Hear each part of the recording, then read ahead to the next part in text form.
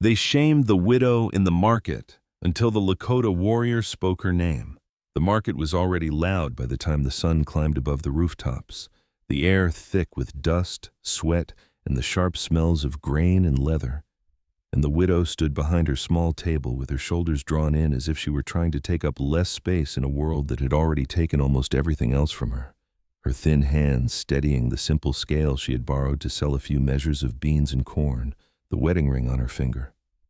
The only piece of her old life she had not been forced to trade or surrender in the months since her husband's grave had closed. At first the voices came as murmurs, merchants leaning toward one another with looks meant to slide past her unnoticed. Then a merchant across the aisle laughed too loudly and said her weights were light. That grief must have made her careless with fairness as well as with her reputation, and the words struck her harder than the accusation itself, because they drew eyes not just to her scale, but to the hollow of her eyes and the black ribbon at her throat that still marked her loss. She lifted the weight with trembling fingers and showed it plainly, her voice steady but thin as she said it was true and balanced. Yet the louder man shook his head and said the town had already lost enough to dishonesty, that charity for widows did not include accepting crooked trade, and the circle of onlookers tightened with the familiar hunger for judgment that turned private suffering into public sport.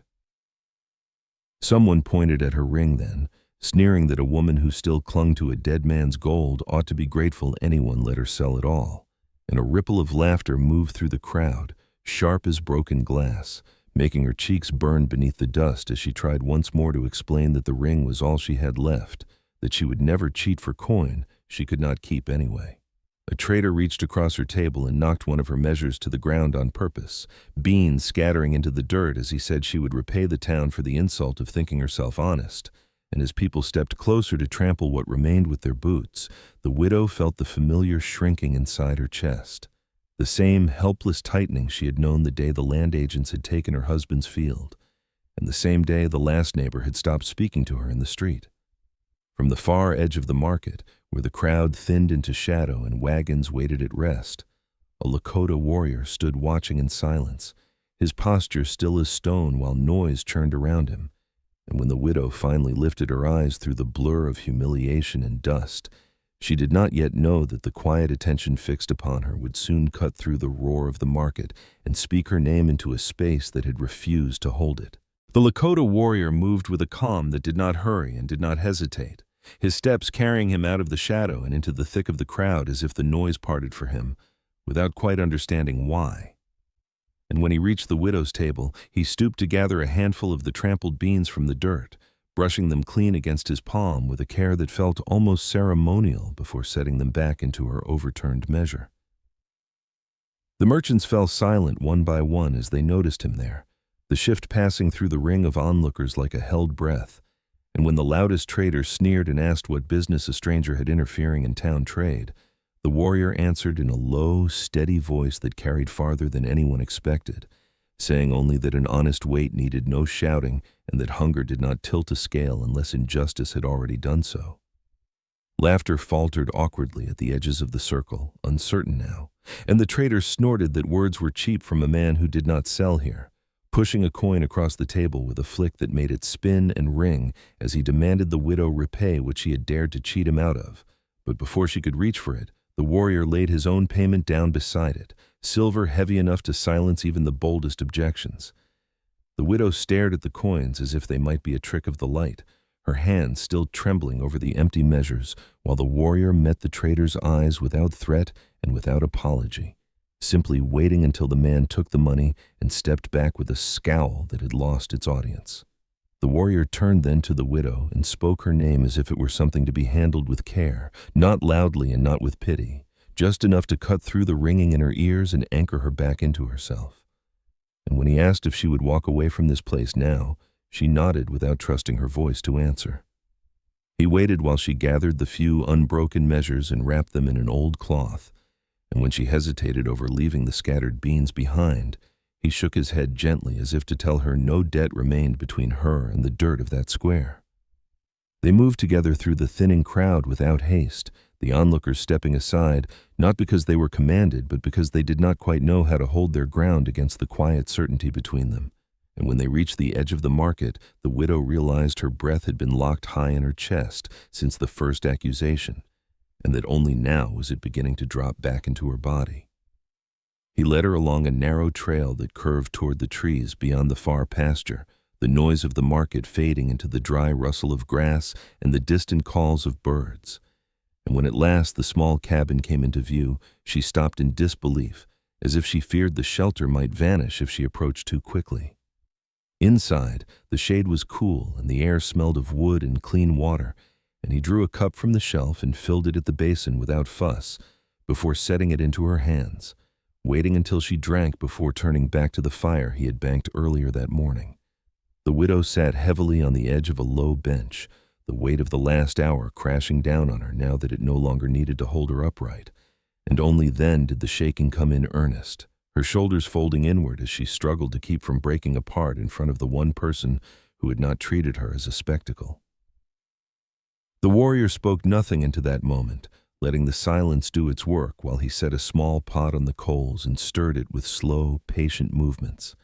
And as the warmth began to rise in the room, she felt the first fragile sense of safety settle over her since her husband's death. Not as a promise yet, but as the faint trembling beginning of one. When the shaking finally eased enough for the widow to draw a steady breath, she kept her eyes fixed on the rim of the cup in her hands, as if lifting her gaze any higher might scatter the fragile calm the room had given her.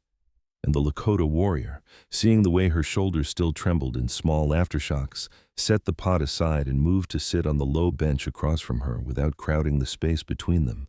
his presence quiet and unpressured, an invitation rather than a demand. She spoke then not because she was ready, but because the silence felt safe enough to hold what had been locked inside her since the day the field fell quiet, telling him how her husband had gone out at dawn to mend a fence the morning he never came back, how the horse had returned alone with the rain-stained dark, and how the men who found his body spoke in careful tones, as if careful words might soften what steel and bone had already decided, and how within a week the land agents arrived with their papers and their smiles that never reached their eyes to explain how debts he had never mentioned now weighed more than grief. She told him how neighbors who had once shared seed and supper began to look away when she passed, how kindness thinned as soon as it might have cost something, and how the merchants discovered that a lone widow made an easy measure for short waits and sharp prices because arguing back required a standing she no longer possessed. The ring, she said at last, brushing it with her thumb, was the only thing they had not asked her to trade yet because it was too small to be useful and too personal to be fought over in the open, and even now it felt less like a keepsake than a target she carried in plain sight.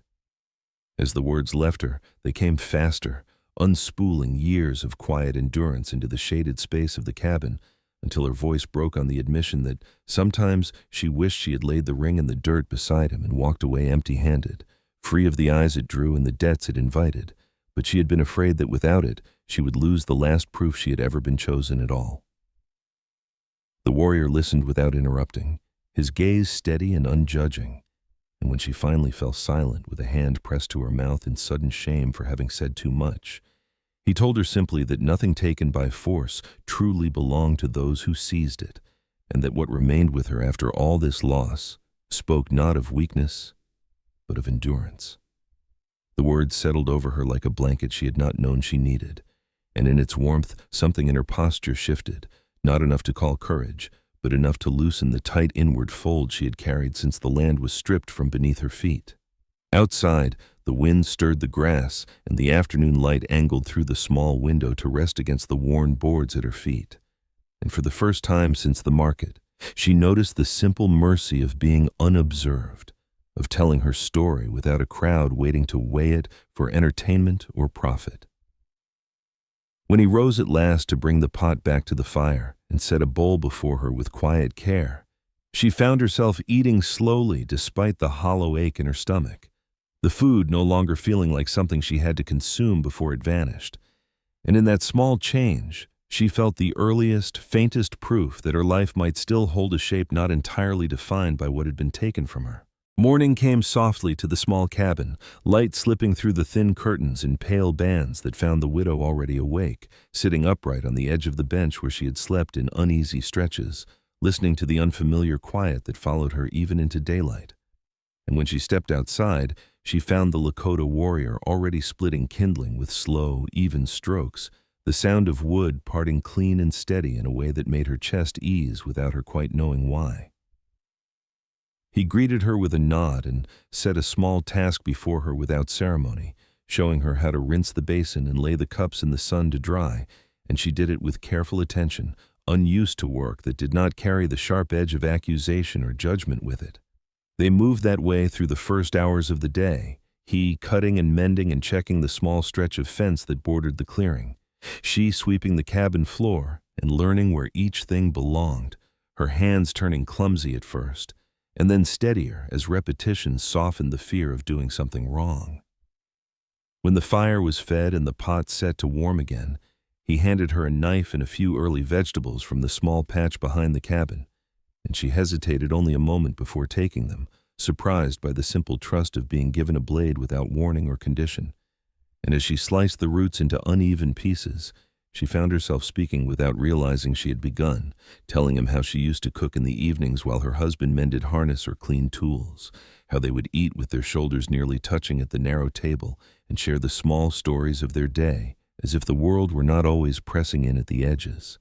The memories came without the sharp tear they once carried, softened slightly by the warmth of the present task, and when she fell silent, he did not rush to fill the space, only added that his people believed a shared fire made strangers into kin for the length of that meal at least.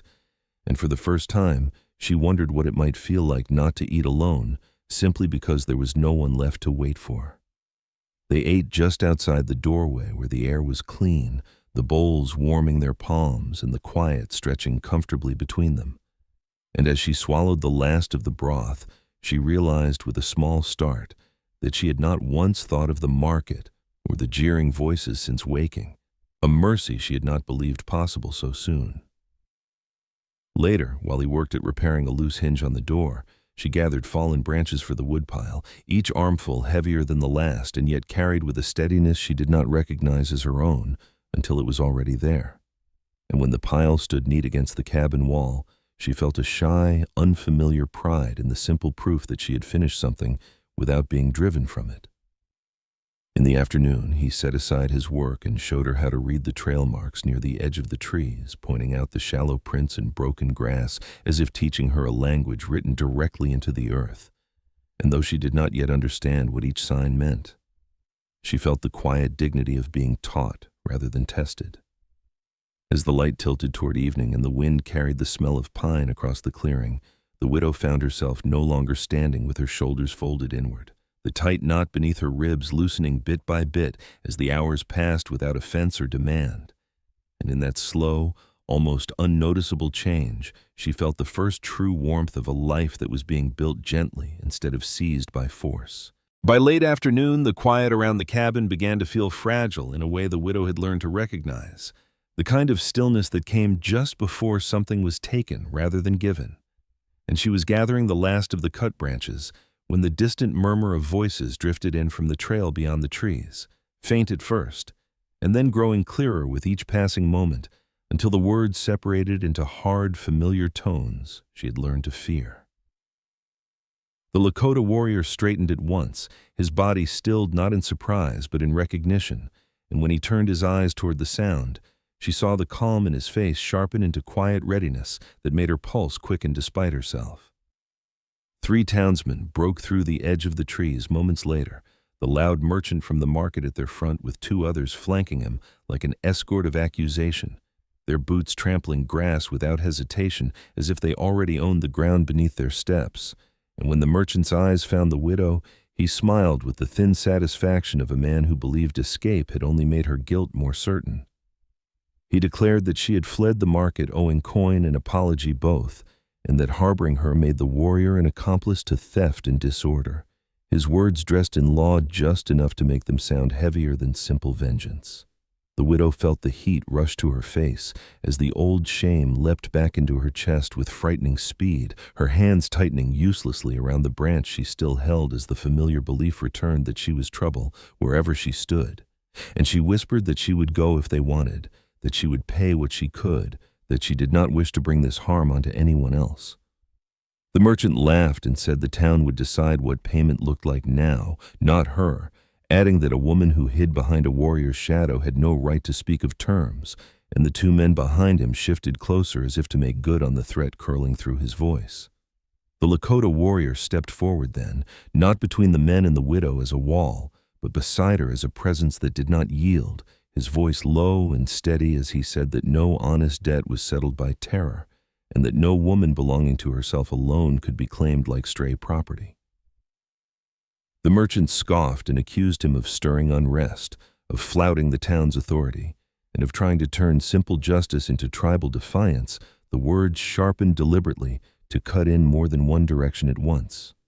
The widow felt the danger gather thick and close, not only for herself now, but for the man who had already risked standing against the crowd for her sake, and the weight of that risk pressed harder on her than the threat of the town ever had. When the merchant ordered her forward for a return to the market in chains if necessary, she saw the faint tightening at the warrior's jaw, the smallest sign that the cost of what was coming had already been counted. And in that instant she understood with a clarity that left her breathless that staying silent would no longer keep either of them safe. With the voices rising and the men edging closer, the afternoon light slanting long across the grass as if the land itself were bracing for what would be decided upon it, the widow felt the old instinct to shrink battle with a newer, trembling resolve to stand, knowing that whatever came next would be paid not only in coin or punishment, but in the fragile trust that had begun to take root between her and the one person who had spoken her name without turning it into a weapon. The widow felt her voice rise before she fully understood what she meant to say, thin at first and then steadier as the words took shape in the open air, telling the men that she would return to the market willingly, that no one had dragged her away and no one had hidden her, and that if the town wished to speak of debts and accusations, they would hear them from her, standing on her own feet, not pulled forward like a thing seized in secret, and the declaration startled even her as it left her mouth, because it cut directly against every survival lesson she had ever learned.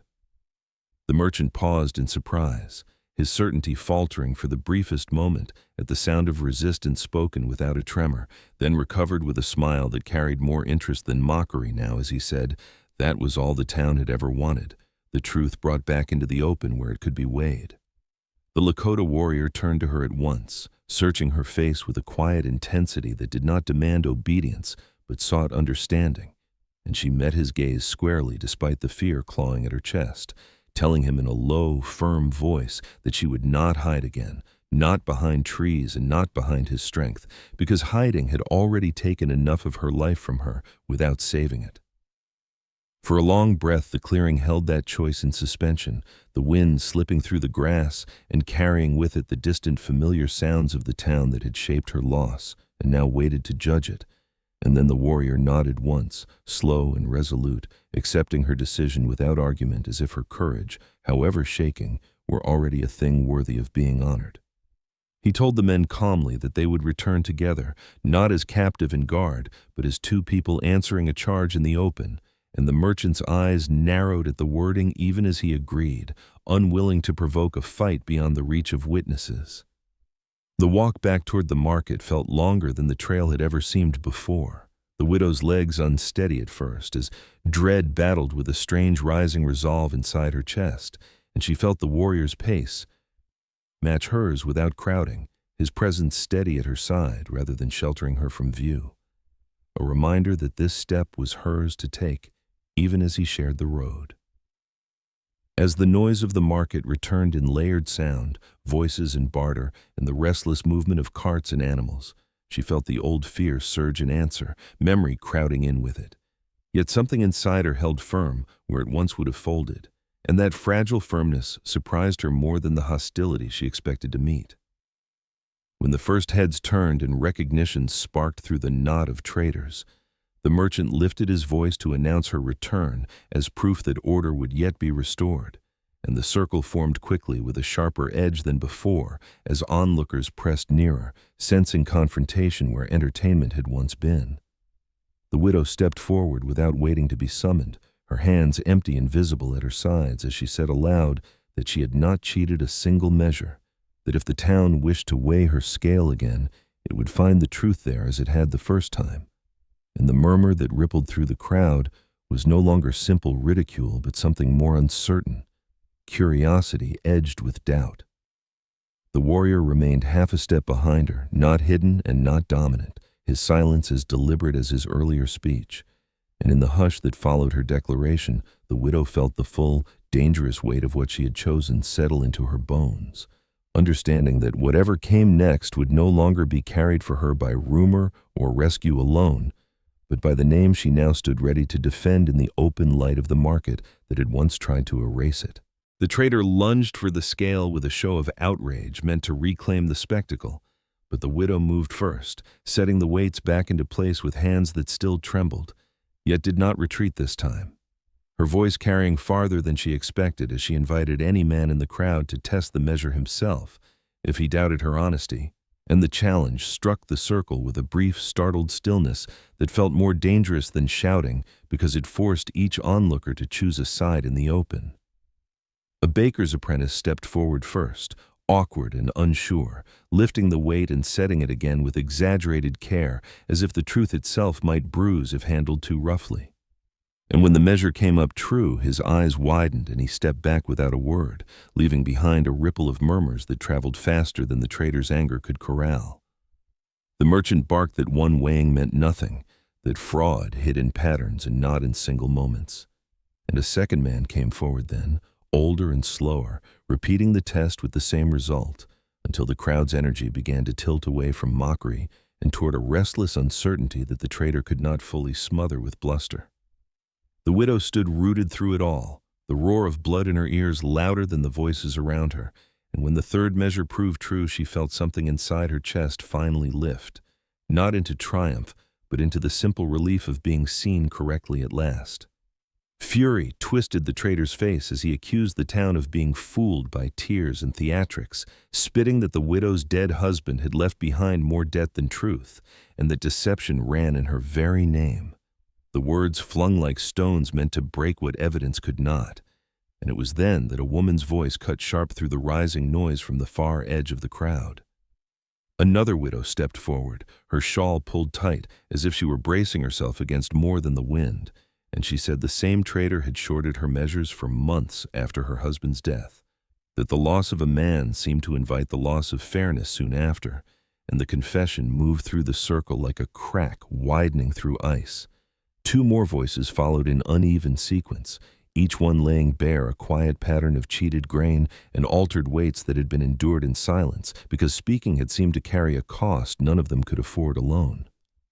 The merchant's protests grew shrill as the net of testimony tightened around him, and when the town elder finally forced his way through the press of bodies with a face drawn tight in weary recognition, the market fell into a heavy hush that smelled of betrayal uncovered too late. The elder demanded the trader produce his official weights for inspection, and as the man's hands fumbled at his stall and came up slow and reluctant, the widow felt the full reversal crest around her, not as vengeance, but as a strange, disorienting justice she had never expected to witness in her own name. When the false weights were laid bare at last and the murmurs swelled into open outrage, the widow's legs nearly buckled beneath her with the sudden release of fear, and in that unguarded moment, she felt the Lakota warrior's steady presence resolve just behind her, as the town that had once fed on her humiliation was forced at last to reckon with the truth it had chosen not to see. The crowd did not erupt all at once, but shifted in uneasy waves as the elder ordered the trader seized and the stall closed, the rhythm of the market breaking into scattered pockets of anger and shame, as people began to realize how long they had watched the wrong spectacle with ready eyes. And the widow stood at the center of that slow turning, with her breath coming shallow and fast, unsure whether to feel triumph or simply the shock of having survived the moment she had feared would swallow her whole. The trader was pulled away protesting and cursing, his voice thinning as distance took it, and in the space he left behind, the elder turned to the widow and asked her name in a tone stripped of accusation for the first time since she had returned. And when she spoke it aloud, she heard a steadiness in it she had not known was there, a small anchoring weight that settled her feet on the ground beneath her. The elder cleared her of the charge in the open hearing of all, stating that no woman would be punished for the fraud of another, and that restitution would be made for what had been taken from her in false trade. And though the words were formal and edged with the stiffness of authority, they carried with them a quiet repair that reached farther than coin ever could. The Lakota warrior was questioned next, not with threat but with measured caution, and when he answered plainly that he had paid what the trader demanded only to end the injustice in the moment, the elder nodded once as if accepting that mercy had been chosen in a place where force had been expected, and he dismissed the murmurs that tried to coil suspicion back around the act. One by one, the crowd thinned, not in the hasty flight of the guilty, but in the slower, thoughtful retreat of people who had seen the shape of a lie and must now carry the knowledge of having lived alongside it. And when the circle finally loosened enough for breath to move easily again, the widow felt the day's weight begin to settle into her limbs like deep, honest tiredness rather than fear. The warrior offered no gesture of claiming or control as they stepped away together, only matched his pace to hers as they moved beyond the edge of the stalls and into the quieter lanes that led back toward the trees. And she found to her surprise that she was speaking as they walked, telling him that she had never imagined she would say her name in that square without it being turned into a weapon, that she had never believed the town could be made to listen rather than simply decide. He answered that truth often sounded louder when more than one heart was willing to carry it into the open, and the simplicity of it made her smile despite the ache that still lingered in her chest. The cabin welcomed them back with the same humble stillness it always did. Light angling low across the boards as evening drew near, and she moved through the small space, not as a fugitive now, but as a woman returned from her own defense, setting water on the fire with hands that still trembled, but no longer shook with dread alone. After they ate in quiet relief, she stood in the doorway watching the last of the light fade and felt the strange, dawning certainty that the old name of widow no longer held her entire future inside it. And when she turned back into the room where the warrior sat tending the coals, the look they shared was not one of rescue completed, but of two people standing on ground that had been shifted and steadied at once, aware that what had been won was not applause or possession, but the simple permission to begin again without being forced into silence. The morning air carried a different weight when the widow stepped outside the cabin at dawn, not lighter exactly, but steadier, as if the ground itself had finished shifting beneath her feet and decided at last to hold. And she stood there with her shawl drawn close, while the Lakota warrior tightened the last strap on his pack with the same quiet care he gave all things that mattered. She told him she would not return to the market as a seller anymore, that the thought of standing in that same square still made her chest tighten, but that she did not intend to keep running either. And as she spoke, she surprised herself with the calm in her voice, the sense that fear no longer commanded every choice she made. He answered that his people traveled the ridge trails not far from here during the warmer months, and that there was space near the edge of their camp where a woman could live without being glanced at as a curiosity or a burden, only as herself, and the simplicity of that offer struck her with a quiet gratitude she had no words for yet. They walked together for a short distance into the trees, not as a flight from anything now, but as the beginning of a different kind of path, the light filtering down in soft fragments that warmed the dust without blinding it. And when they reached the place where the trail curved toward the tribal lands, he stopped and spoke her name once more, the same steady way he had spoken it in the market, not as a claim and not as a promise, but as a recognition. She thanked him then for stepping into the space where the town had tried to erase her, for calling her forward when she had been ready to disappear, and for trusting her to stand when it would have been easier for both of them if she had stayed hidden behind his strength. He replied that dignity was not a thing given by crowds or taken by force, only remembered when someone dared to speak it aloud in the open, and as his words settled, she felt a final loosening inside her chest, as if the long season of carrying her life hunched inward had finally ended. When they parted, it was without drama and without vows, only with a shared understanding that what had been shaped between them was not rescue, but renewal. And as she turned down the trail toward the place where new faces and unfamiliar fires waited, the widow did not feel like a woman moving away from her past, so much as one finally walking alongside a future that no longer required her to be small. The first night near the tribal fires unfolded with a calm the widow had never known how to imagine for herself. The air carrying the soft scent of wood smoke and distant river water, As she stood at the edge of the camp with her shawl drawn close, uncertain where to place her feet now that no hand pushed her forward and no crowd pressed her back. And it was the Lakota warrior who moved first this time, not to lead her, but to show her where the ground was steady, setting a small bundle of blankets near one of the outer fires where the light was warm without drawing stares. No one questioned her presence aloud, no curious eyes lingered longer than a respectful breath, and the absence of judgment struck her deeper than any welcome ever could have done, because it asked nothing of her except that she remain. A woman older than she stepped forward with a bowl of simple broth, meeting her gaze with quiet acknowledgement rather than inspection. And when the widow accepted it with trembling hands, she felt something uncoil inside her chest that had been bound tight for years by the belief that every offered kindness carried a test she would fail.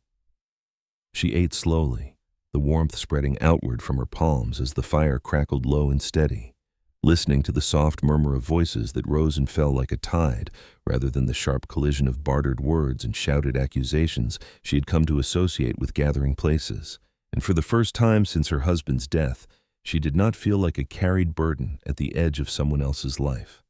The Lakota warrior remained nearby without hovering, seated where he could see her and also give her room. And when their eyes met across the small space between the fires, he inclined his head once in quiet reassurance, a gesture that asked nothing and promised only the right to remain as she was.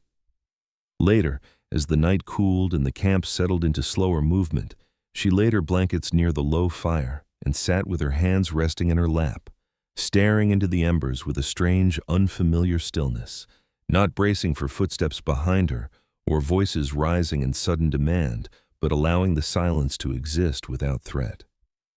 She thought of the market and the weight of the accusations that had once defined her, and the memory felt distant now, not because it had faded, but because it no longer owned the shape of what came next. And in that realization, tears finally slid free without shame or urgency, falling into the dirt not as evidence of weakness, but as the quiet release of a season that had ended.